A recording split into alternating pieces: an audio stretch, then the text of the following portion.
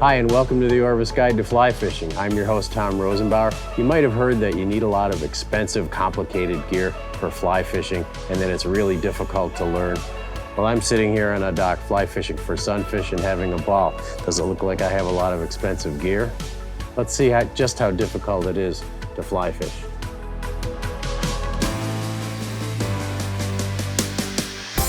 Oh yeah, nice fish! That fish has already refused that fly. You're gonna have to try just a slightly different pattern. The roll cast pickup is a great cast to use in a lot of fishing situations. This is a beautiful wild trout from a small stream, just a gorgeous little fish. I say hit that bank. Let's go to that grass bed.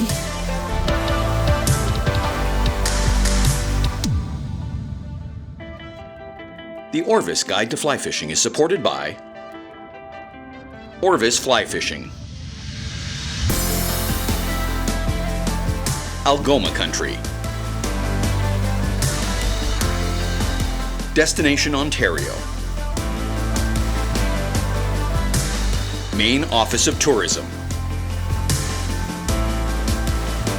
Yellowstone Teton Territory, Crazy Rainbow Ranch, Bahamas Tourism, Adipose Boatworks, Global Rescue, Trout Unlimited,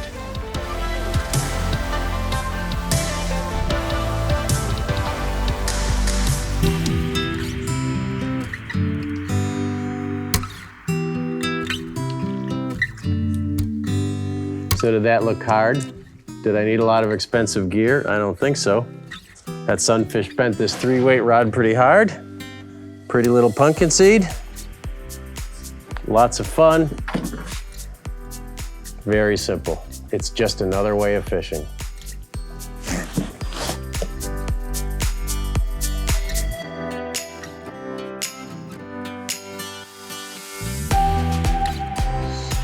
Haha.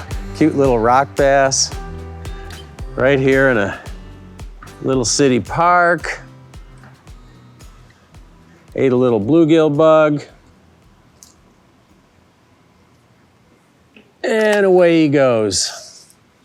You know, you don't have to go to an exotic trout stream or a bonefish flat or halfway around the world to have a lot of fun fly fishing. A lot of times you can find it right in your own backyard. I'm here in a city park. There are bass and bluegills in Central Park. There are steelhead in downtown Grand Rapids, Michigan. There are trout in downtown Atlanta. But there's great fly fishing nearly everywhere you go. The more you fly fish, the more you practice. So find a place close to home, get out there and catch whatever's available. Could be catfish, could be carp, could be bass. Usually it's sunfish, could be creek chubs or fall fish. Something like that, but they're all fun on a fly rod, so don't just reserve it for the more glamorous species. You're missing a lot of the fun. That's my best carp ever. You never know what you're gonna find in some of these urban fisheries, which is what makes it really interesting. Looks almost like a trout stream, doesn't it? It's not. This is full of sunfish and some bass and carp, but it's got some current. I can practice casting. I can practice mending line. I can practice all the things that I might want to do in a trout stream, but I can also catch some fish. Some of these little sunfish fight pretty hard. It's not exactly what I had in mind. However, it is a smallmouth bass. Miniature smallmouth. Keep getting bigger though. Yeah, that one's a little bigger. Don't give up. Yeah, maybe I'll get a 10-incher someday, huh?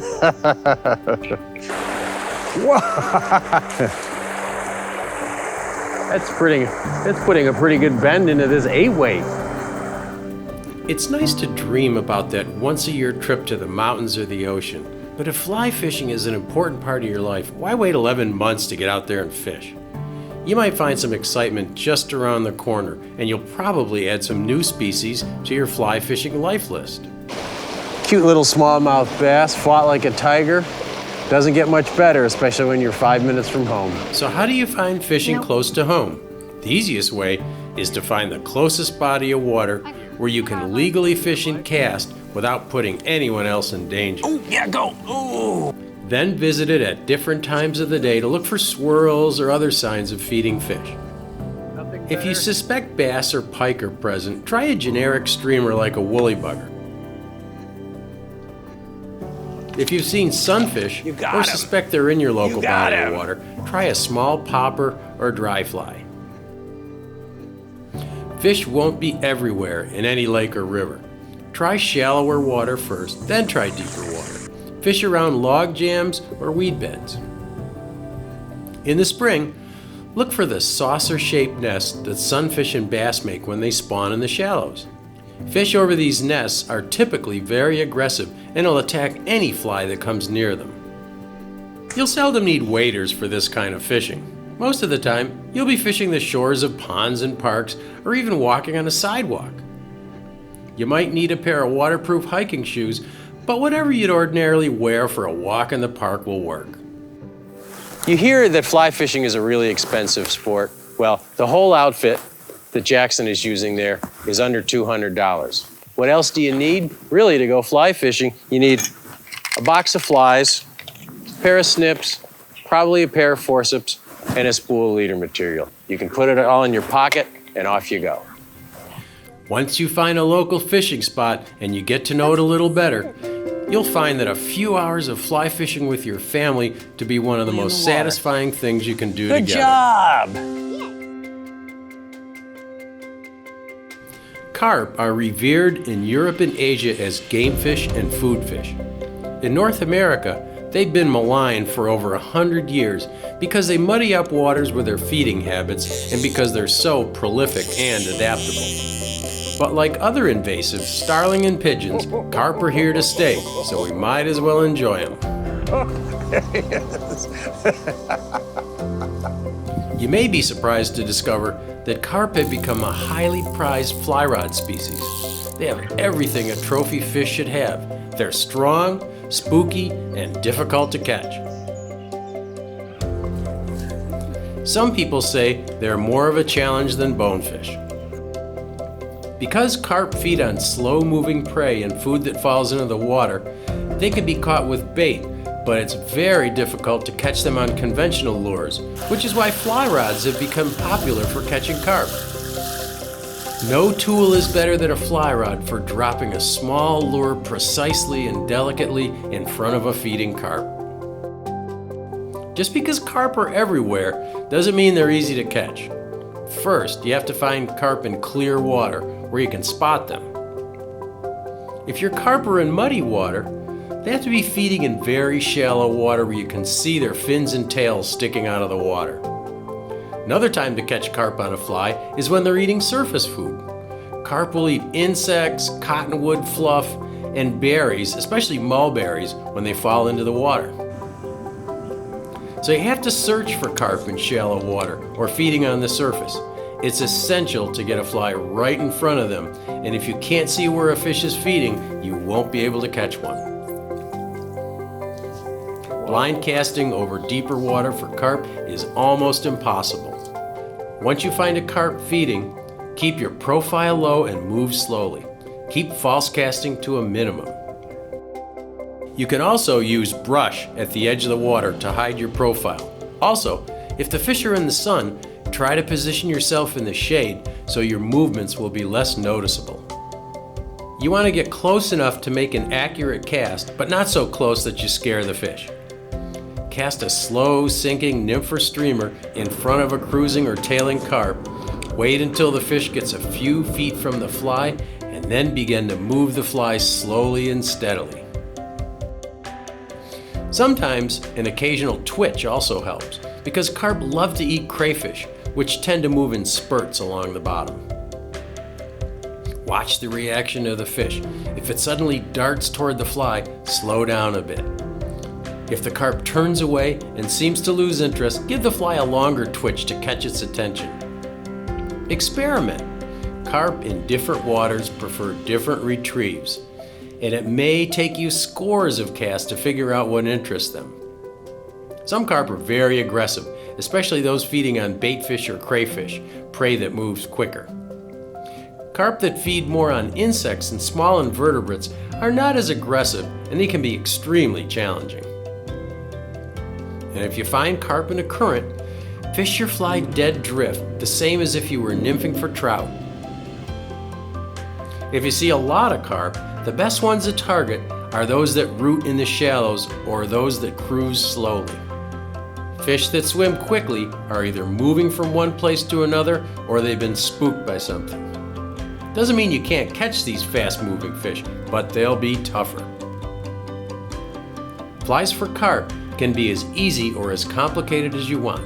Many fly fishers catch them on small streamers like the woolly bugger, which imitates perhaps a crayfish or a baitfish. Trout nymphs in size 8 through 12 are also effective, especially those with lots of wiggly action. Where carp feed on berries, you may want to try a steelhead egg pattern and just let it drop in front of a carp. Smaller bonefish flies in sizes 6 and 8 are also effective where carp feed on crustaceans. But if you really want to get serious about fly fishing for carp, there are a number of new fly patterns developed especially for these freshwater bruisers. And they're proven patterns that will probably work better than flies developed for other species. I was having lunch at a riverside restaurant once when I saw some large carp right under the dining area, apparently catching pieces of food thrown over the railing by diners. So I went to the sidewalk across from the restaurant and casted the fish with some big nymphs. It was heart-pounding as the giant fish rose up to inspect my fly time after time, and finally I got a couple to eat the nymph. The hardest part of fishing for carp is determining when they've taken the fly. They won't pull the rod out of your hand, and you may not feel a carp until it's hooked. Watch the fish. If it moves toward your fly and then turns away, or if you see the white of its lips, tighten the line by making a long strip. If the fish was not hooked, it might chase the fly again, and if it is hooked, give it a sharp jab and hang on.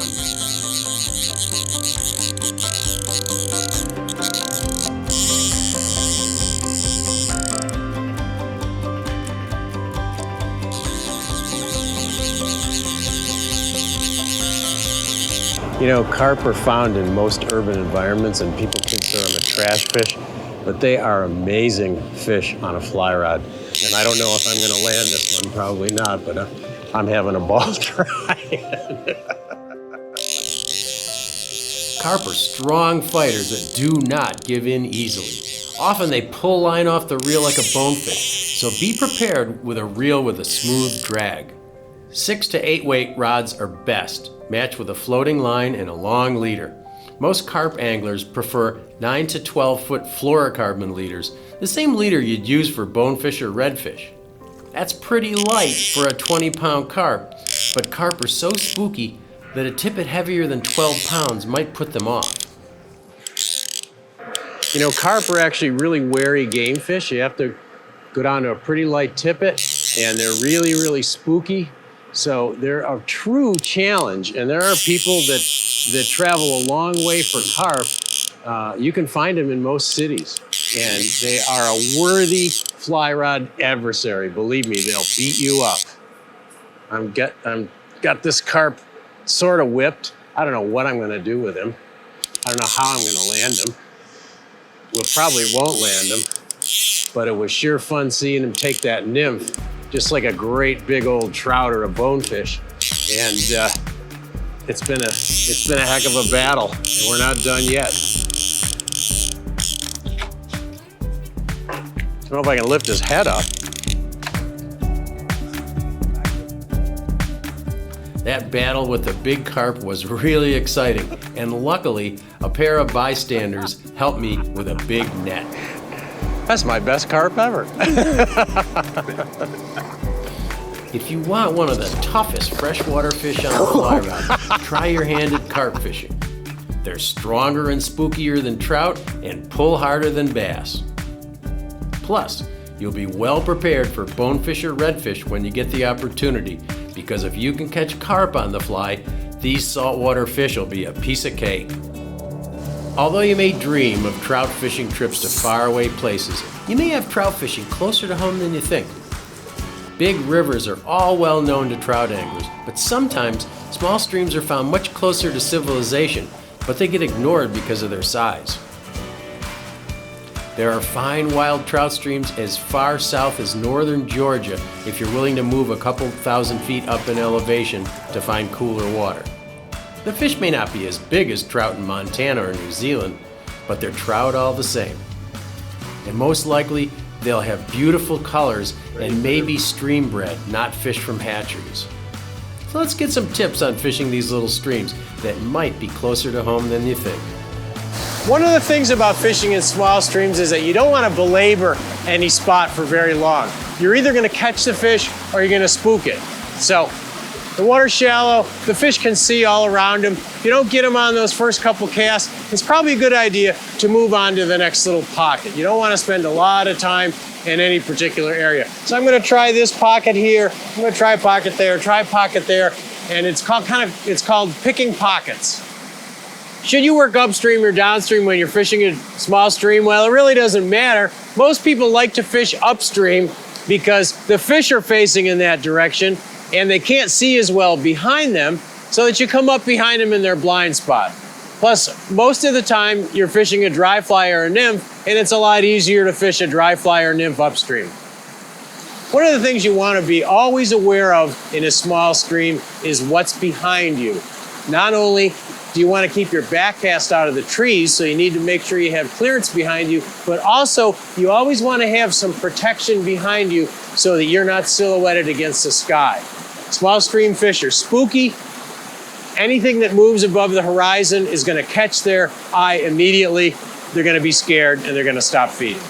Clothing color in small stream fishing is relatively important. You want to wear something like this green that kind of matches the foliage behind you. I don't think you have to go crazy and get a camouflage shirt or camouflage waders, but you should try to match the background. So a green, a tan, a brown is good in a situation like this. The worst thing you could do is to wear a bright red or orange or a white shirt, unless the trees behind you are bright red or bright orange or in the fall. Otherwise, nice muted earth tones are a good color to wear in small streams, both for your hat and for your shirt.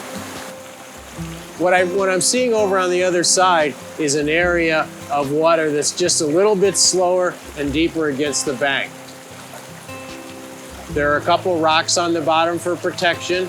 The water's deep enough to hold a trout, and there's good current there. I usually like to try the good spots first, because every subsequent cast you make, you take the chance of spooking the fish. So I try to make my first cast count and put it in the best spot. And then I'll work over to some smaller spots that aren't quite as good, maybe a little shallower, but you never know. Fish aren't always where they're supposed to be. When you're fishing a small stream, you're not going to get a very long float. Your fly's going to drag or it's going to get pulled under. So you want to make short casts, and you want to try not to put your fly line over the top of the fish. Fly line lands on top of the fish, it's going to scare them. When you're fishing in small streams, the roll cast is going to become your best friend. The roll cast has no back cast, so as long as you have some room in front and a little bit of room on top, you could just come back and flick the line out there. You don't have to cast very far, and you don't have to worry about the trees behind you. Now, people worry about using a roll cast with a dry fly because you're not swishing it back and forth and removing the moisture. But you're using high floating flies most of the time in small streams, and if you dress them well, you could roll cast a dry fly repeatedly without false casting in between and still keep that fly floating for quite a while. You know, you seldom need to worry about matching the hatch in a small stream. We have some mayflies hatching today. We have some caddisflies hatching today, some stoneflies. But you know what I'm going to use? A big old fluffy stimulator, an attractor dry fly. You don't really need to worry that much about matching the hatch because these fish see lots of different kinds of insects all day long, and they seldom see enough of any one kind to get selected. By using a big fluffy dry fly, not only can I see the fly and can the fish see it, but if some really tiny trout come up to the fly, they won't be able to get it in their mouths, and I can sort through the smaller fish in the stream. Usually a dry fly is all you need in a small stream. The water's shallow, fish can see the fly almost all the time.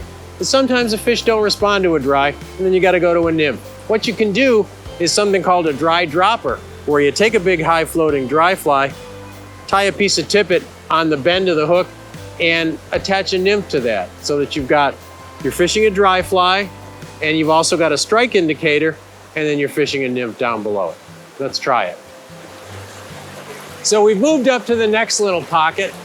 Now I've got a nymph on, so we're gonna try a dry dropper in here. The fish haven't responded as well as they usually do to a dry. So we're gonna try a nymph and hang it on the bottom and see what happens. So again, keep my rod high, work the tail of the pool, and then work up a little bit. So here we go.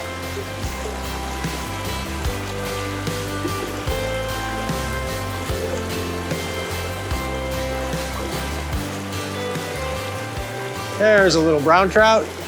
Took the dry, even though we had a nymph on, he came up and took the dry.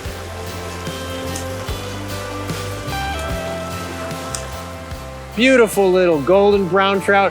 He took the dry instead of the nymph, even though we went to a dry dropper. This guy